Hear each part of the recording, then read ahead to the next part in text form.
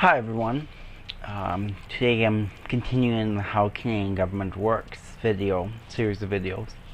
And since Her Majesty is visiting Canada, I decided to take this opportunity to discuss how the Canadian Crown works.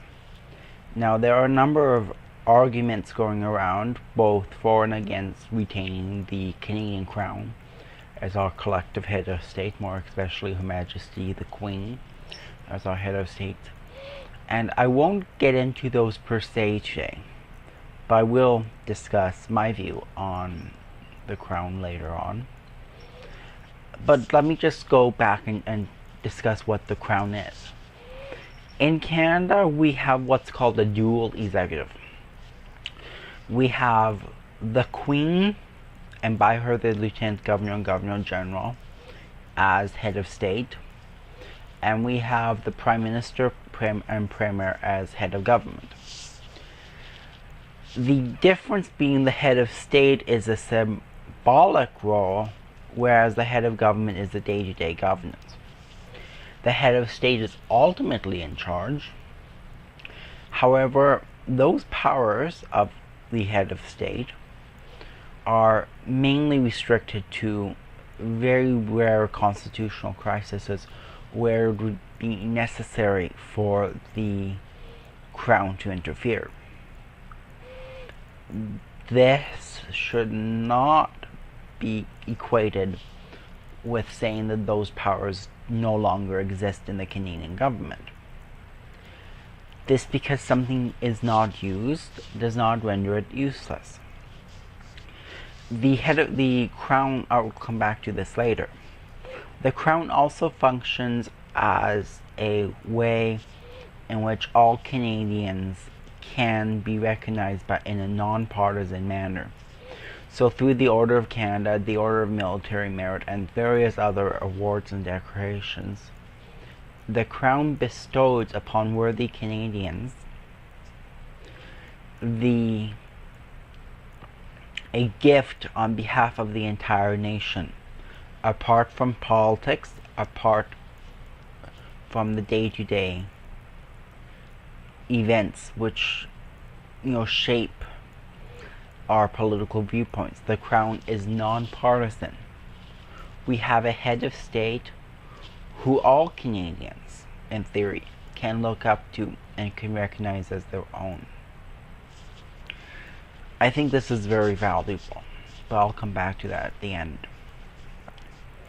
So the Crown's role through the Governor General and through the Lieutenant Governor has been put as very simply to bottle up all the love the Canadians have for Canada and return it to them tenfold. And that's really what the Crown does. We have a type of government where the Parliament changes very often, every 5 years, and a Prime Minister can change more often than that. We have a way of governing ourselves in which the people can, through their elected representatives, take power away. And when we have such a method of government as this, ultimately you do need a referee. And a referee may not be making every call, but is there to make the important ones. And that's ultimately what the Crown, through the Office of Governor General and Lieutenant Governors, are. Now, it has been argued, various constitutional experts have argued the relevance of the Crown in our system of government. I think the Crown is very relevant. We, at a time when we have a minority government, it ultimately is the Crown which safeguards the democratic nature of Canada. And it is ultimately the Crown that is the last stop if anything else were to fail in our government, the Crown would be there to succeed. It's ironic that it is ultimately an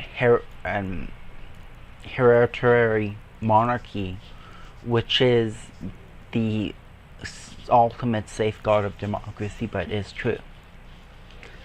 Now, day to day, there are a number of duties assumed by the Crown. The Governor General is the Commander-in-Chief of the Armed Forces. The Queen is part of Parliament through the Governor General. The Queen must give royal assent to any bill passed by Parliament. The Governor General must call elections.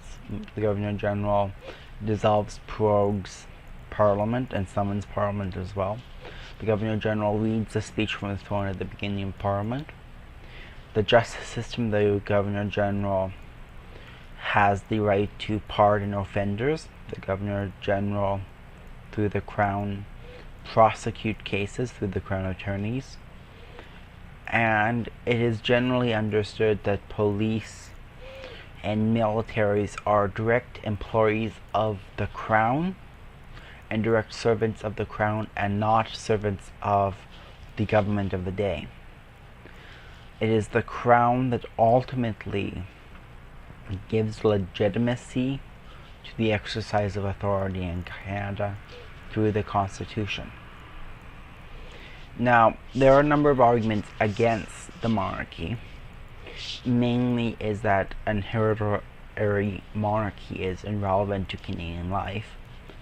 And I do understand that. I think we see this especially in comparison to the American system of government, where you have a president who runs the show and is both head of state and head of government.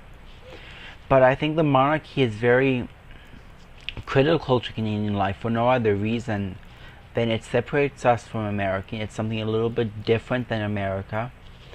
It is our heritage, and we should be very proud of our heritage.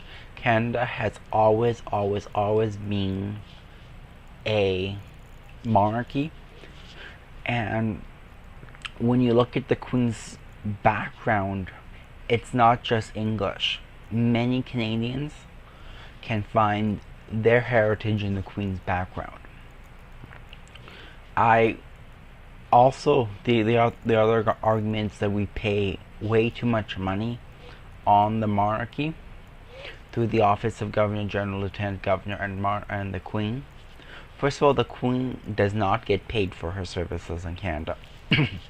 And a recent study has found that if we did have an elected head of state, the budget that we would have to give an elected head of state would be twice, if not 3 times as much as the budget of the current monarchy. There are certain elements that when we have an elected head of state with the legitimacy that the elected head of state has, that person would probably be often going to re-election or to be promoting partisan enterprises on the bill of the taxpayers. The last proposal I've seen from the Republicans in Canada is that we would retain the Prime Minister and have a elected head of state like Governor General. So you would have 2 partisan agents fighting, within Canada. And ultimately, I sleep way better at night knowing that if a government ever wanted to take Canada down the road into a dictatorship, the Governor General and the Lieutenant Governor is there to say, stop. You can't do that. So, I will be talking more about the Crown more in the next few videos, because I'm going into the cabinet, the Prime Minister, all of which are incarnations of the Crown. But I figured I may as well just begin with our head of state and a system which I believe works very well for Canada, and that is the Crown. So I hope everyone enjoys the Queen's homecoming to Canada. I hate using the word visit. And I'll see you next time, and God save the Queen.